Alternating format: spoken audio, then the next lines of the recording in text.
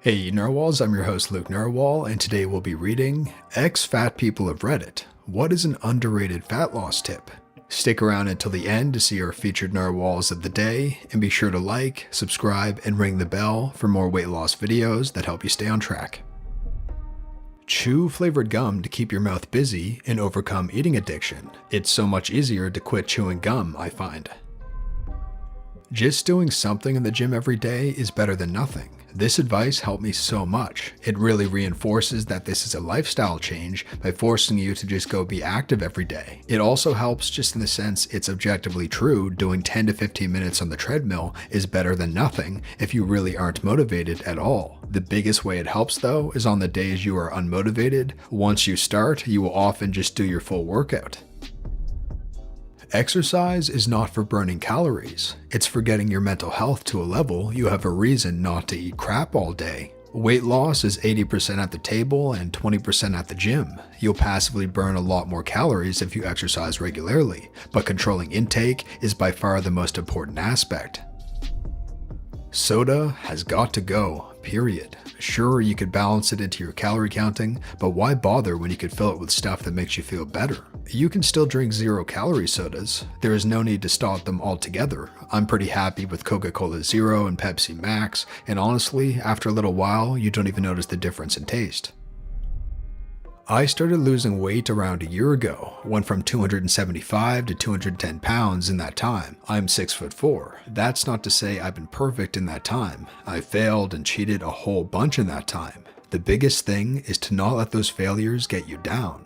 You get depressed, depression leads to laziness, you can't get started again after this starts, and you end up back where you started. It's why crash diets seldom work. Having good mental health throughout the process is something that is going to make it so much more effective. The reality is that 1 or 2 days you had a burger instead of a salad that week won't set you back any in the long run. Treating yourself isn't inherently a bad thing. With all that said, here's some things you should know/do. 1. Find a physical activity you enjoy and make a routine of it. Like walking, go for a walk on your lunch break every day. Basketball, join the pickup game at the park after work. Hiking, join a weekend club and go out with them. I personally run most days of the week, but something that rigorous isn't necessary. Increasing how much activity you regularly do is all that's required. 2. Get a calorie counting app. You're on Reddit now, you obviously have access to one. Be honest with it. It's a bunch of code that is incapable of judging you. Who cares if you go over? Once you get an idea of the type of meals and snacks you should eat on a daily basis, you can stop treating it like a Bible and more as a guideline. I found in most cases I can still eat most of the foods I like, just not as much/not as often. MyFitnessPal is what I used, and I can't recommend it enough. 3. After a good workout, a good weigh-in, or even a day where you stuck to your routine despite the bullcrap you went through, take note of how good you feel. Be proud of what you did that day, and remember this feeling. That feeling is going to be your motivator to get out and do something active even when you don't feel like it. It may suck when you start, but you'll feel so much better after. Don't take my word for it, go and experience it. And 4. You won't see immediate results, nor will you see the results that you want. And that's okay. Your body is so much healthier, mexier, and just better than the very moment you started, and you should never be ashamed of how far you've come since then. Don't be too hard on yourself. This is meant to be a positive experience. Another good one is to expect to cheat.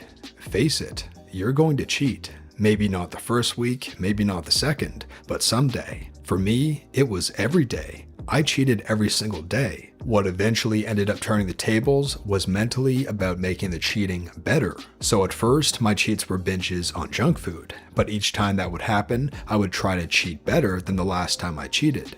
My cheats got smaller and smaller. Now I keep a little container of 50-calorie dark chocolates in my freezer. When I feel like cheating, I have one, and I don't count it in my calorie count. I do that maybe once a day. But it's important to realize that it took me a while to get to that point.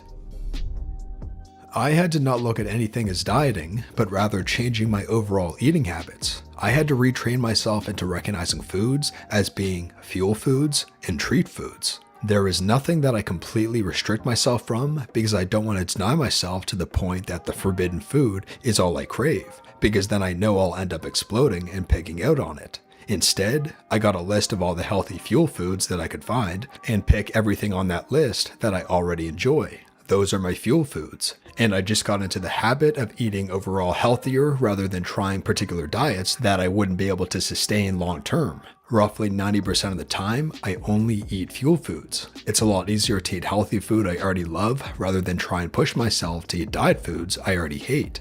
I know I'm eating well most of the time and I exercise regularly, so I don't feel bad if I have a treat food now and then. I just remember to eat 1 helping of treat food instead of 3, and be cognizant of the fact that treat foods are delicious, but will not provide me the nutrients I need to run the 5K, play in the trampoline park, run faster than the zombie hordes. Meal prepping / learning how to cook. Like, not only can you eat healthy and well for cheap, but you also get to learn how to please your significant other. I hope. I don't know. I'm still single. It's what I've been told. Like now I can make a mean steamed white rice, dry rub Italian chicken, and SP minced garlic and onion broccoli. Walk. This is where I recommend most people start. If you start walking more, you will realize how out of shape you really are.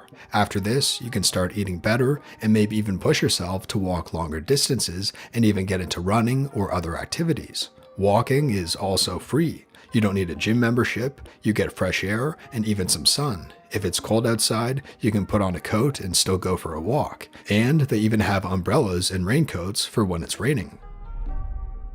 I'm not fat, just had a brief chubby phase in my teens, but I cured it fast. My tip, don't snack. It's easier than you think.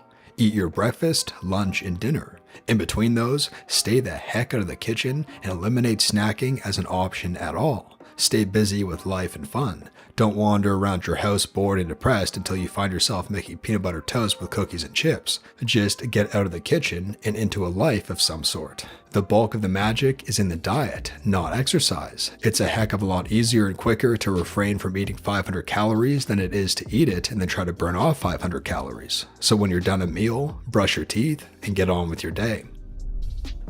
Remove the sugar. Once you do that, it's stupid easy. It's not a secret, but it's rare for people to really do it. We all scramble around trying to find a trick to avoid doing just that.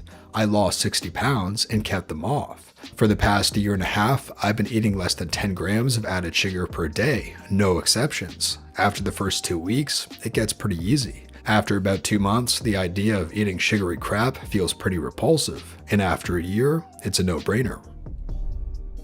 Do your research on diets before jumping on one. What worked for me might not fit your schedule, finances, family life, and activity level. What works for that Instagram model, pro athlete, movie star, your cousin, or Anna from accounting who stuffs her face with donuts yet stays thin, their diet might not work for you. Know that change won't happen in a day. It is a grind. You did not get fat in a day. You aren't going to get skinny in a day either. Be realistic with your expectations. Know that if you lose 10 pounds in the first month, that month 2 might be closer to 9, then 8, then 7, then you hit a plateau, but then you gain some, then you lose some again. It's not linear. 1. Be accountable to yourself, and that means proving to yourself that you're doing the right things. So track what you're eating and drinking. Get a good scale and weigh yourself. And I'd say get a tape measure and keep those measurements tracked as well, because sometimes the scale will betray you. When you mess up, own it. No one has to know except you. It's fine to trip up. Guess what? Every inch you drop and pound you lose, only you'll know about those too. This is a process. Embrace the process and understand you're not going to be perfect 100% of the time. It took me a long time to realize that. 2. Don't say crap to anyone about what you're doing. If someone notices and asks, either deflect or just say, thanks for the compliment. Because, as I said before, this is a process, and most people will want to see you fail that process if you let them know you're trying to change yourself. It adds another dimension of stress. Just let your results do the talking. 3. Fasting. If you're medically able to do it, give it a shot. There's a ton of resources out there, so research it thoroughly and possibly experiment with it. Some people cannot fast due to medical reasons, so only do this if you are able / have consulted your physician. 4. Find a method that works for you and do it. Keto and intermittent fasting are my personal master keys to fat loss. Your way will likely be different, and that's okay. Different route, but same destination, right? And 5. There are no shortcuts. If you want change, it'll take effort, time, and discomfort, especially with your eating/exercise habits. You'll mess up, get discouraged, cheat, etc. Those are all fine as long as you stay on your overall plan. Having data will help you not be as down on yourself. And that brings us to the featured narwhals of the day. If you'd like to be a featured narwhal, just head on over to our subreddit at r/loseanarwhals. Link is in the description below. Our first featured narwhal of the day is Nora Burke, and they say, lost 65 pounds. Still have about 10 pounds more to go, but if any of you need support or help on how to lose weight, I'm here. And our last featured narwhal of the day is Simple Revelation, and they say, my highest weight was 300 pounds. I am down to 217 and feeling better than ever. Still have a bit to go, but I am so happy for my progress. Thank you so much for sharing, narwhals. Finally, if you haven't yet, be sure to subscribe and ring the bell for more weight loss videos that help you stay on track. Also, sign up to become a VIP narwhal. You'll get 3 benefits, including access to our narwhal merch giveaway coming soon. You can sign up at lukenarwhal.com. Link is in the description below. Thank you for watching, narwhals, and I'll see you in the next one.